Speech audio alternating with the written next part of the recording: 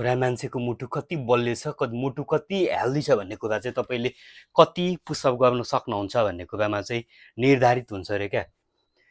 यदि तपाईँले चाहिँ 20 भन्दा कम पुसअप 1 सेटमा गर्नुहुन्छ भने इट इज लाइकली टु तपाईँको चाहिँ मुटुको रोग हुने सम्भावना ज्यादा हुन्छ। यो चाहिँ मेरो भनाइ होइन, यो हार्वर्डको रिसर्चले भन्छ। यदि तपाईँले अझ 11 भन्दा कम पुसअप गर्न सक्नुहुन्छ भने चाहिँ धेरै मुटुको सम्भावना, मुटु सम्बन्धी समस्या हुने सम्भावना।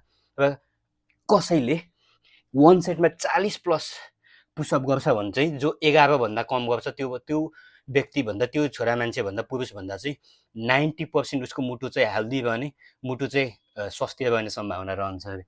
सो तपाईँको एउटा मानक भनेको तपाईँले पुसअप कति गर्न सक्नुहुन्छ तपाईँ भन्ने चाहिँ एउटा मुटु कतिको हेल्दी छ भन्ने एउटा मानक रहेछ क्या, एउटा स्ट्यान्डर्ड।